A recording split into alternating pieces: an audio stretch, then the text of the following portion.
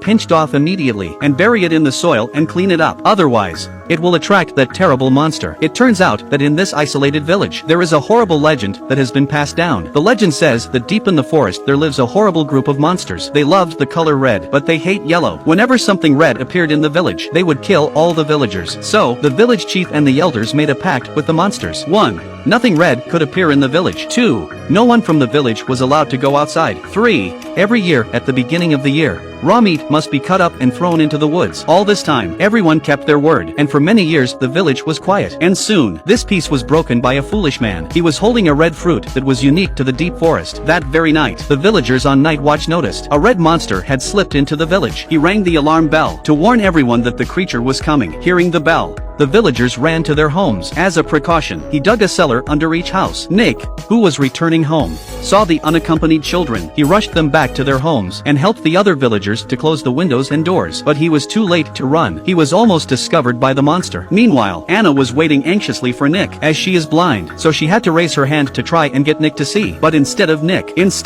she got a monster. The monster was about to pounce on Anna. In the nick of time, Nick arrived just in time. He took Anna into the basement and hid. Everyone sat huddled together looking at the floor, praying that the monster would leave sooner rather than later. And so it was. Everyone hid underground for the rest of the night. The next morning, the monster was finally gone, but every door in the house was marked with a red mark. It was clear that the monster was likely to return. The village chief rushed to lead the men, throwing a chunk of raw meat to the edge of the woods, asking for reconciliation with the monster. Something strange happened again. Several boys said they saw the monster enter the village, although everyone was prepared. But on the way back, they were shocked by what they saw. A large number of poultry had been skinned and left dead on the ground. Apparently, this was the work of a monster. Late at night, because Nick was worried about Anna, so he sat outside her house and watched. And it was this time they were alone together. The two lovers revealed their hearts. Soon, word of their marriage spread through the village. And that's when Nick was approached by the village's mentally ill Dale. Without saying a word, he came up and stabbed Nick. It turned out that he'd always had a crush on Anna, but didn't know how to express it. So he tried to stop them getting together in this way. It wasn't long before Anna found a badly injured Nick. The village doctor said Nick was badly hurt. He's lost a lot of blood. He could die at any time. Because the village was isolated from the rest of the world, there is no medicine to treat him. We can only pray for him in our hearts. In desperation, Anna made a bold decision to break through those horrible woods, to go to the outside town and buy some medicine. Seeing that his daughter's mind was made up, her father,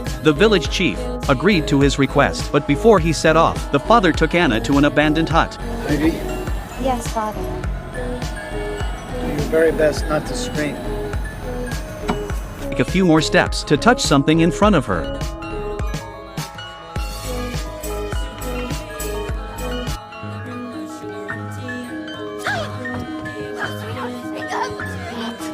The truth finally came out. It turned out that the monsters in the woods were all the village chiefs and elders pretending to be them. The reason they did this, so that no one would leave the village. The father told his daughter to walk boldly through the woods. Before he left, he gave his daughter his ancestral gold watch to buy medicine. The father was worried about Anna's blindness. He also gave her 2 assistants, so as not to reveal the village's secrets. She gave her daughter a bag of magic stones. She told her to lie about it as a talisman. But as soon as she walked into the woods, one of them lost his nerve, turned around and ran back to the village. The other one didn't last far either. After a downpour of rain, leaving Anna, who was blind, to flee, Anna had no choice but to take a wooden stick to guide her on her way. But she didn't get very far before she accidentally falls into a big hole. But she grabbed a tree root. She managed to climb up with all her might. And then, there was an eerie hissing sound nearby. Anna was scared. She was so scared that she started running around, and by mistake, into a field of red wild fruits. Red is a forbidden color. It is also the monster's favorite color. Soon, the monster appeared in front of Anna. Anna rushed to hide behind a tree, but the monster has already spotted her.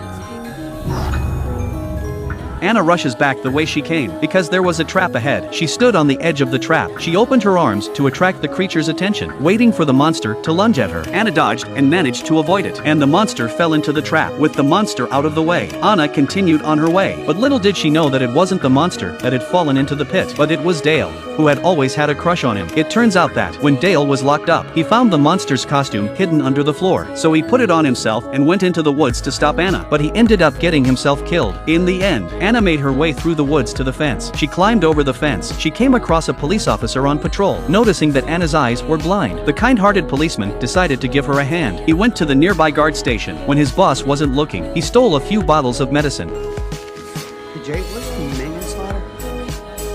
We need to fix a sign. It's in the back. And that's how Anna managed to get the medicine and made it back to the village. Nick was also treated effectively. In the end, after a discussion between the village chief and the elders, they lied that the monster had killed Dale. They continued to trick the village into not going outside. So why did they make up such a lie? It turns out that all the members of the village council are murderers. Once they go outside, they would be punished by the law. In order to escape the law, they made up this horrible story to live in isolation from the world. End of the film.